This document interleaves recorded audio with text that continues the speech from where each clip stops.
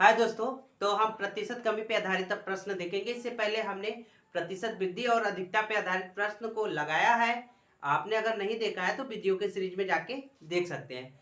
तो अब हम पढ़ेंगे प्रतिशत कमी पे आधारित प्रश्न।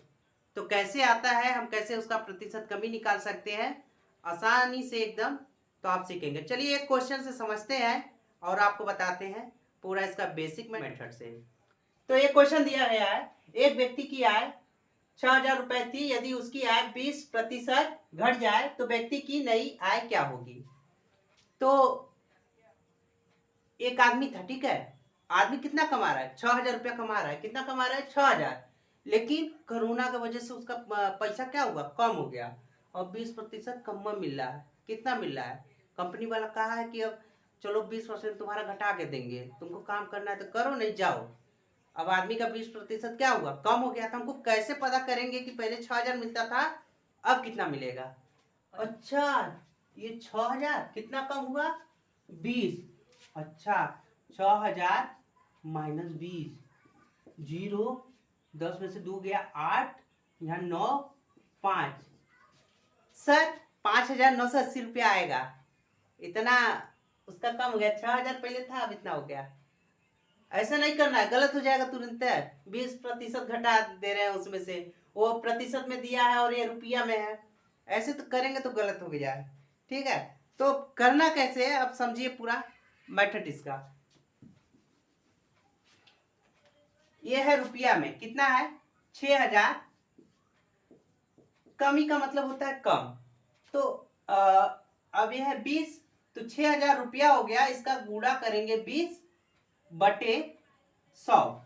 ये जो प्रतिशत का चिन्ह है ना, इसको जब भी हटाते हैं तो हर में कितना आ जाता है, 100 बटे में। ऊपर का अंश होता है, नीचे का हर होता है।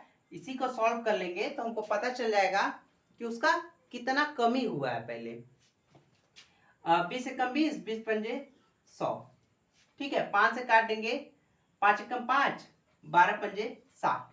कितना आया, 1,200 रुपया। कितना आया, 1,200 रुपया। यही आंसर होगा क्या, 1,200 रुपया। नहीं, अभी इससे ऐसा नहीं होगा इसका। अब क्या करेंगे, कितना रुपया था, 6,000 रुपया उसका आय था। 6,000 में से माइनस करेंगे 1,200 रुपया, तो आपका आएगा 4,800 रुपया, ठीक है। अब 4,800 रुपया यही क्या होगा, आंसर होगा। अब आदमिया को कितना मिलेगा कंपनी की तरफ से, 4,800 रुपया मिलेगा। कंपनी वाला कह रहा है कि अब तुमको 6,000 देते थे, अब उतना नहीं देंगे, अब तुमको 4,800 देंगे, तुमको काम करना करो, ठीक है। तो इसको ऐसे करेंगे, यहाँ पे इक्वल टू लगा लेंगे। अब हम एक दूसरे तरीके से देखते हैं। अब कितना रुपया था, 6,000 रुपया।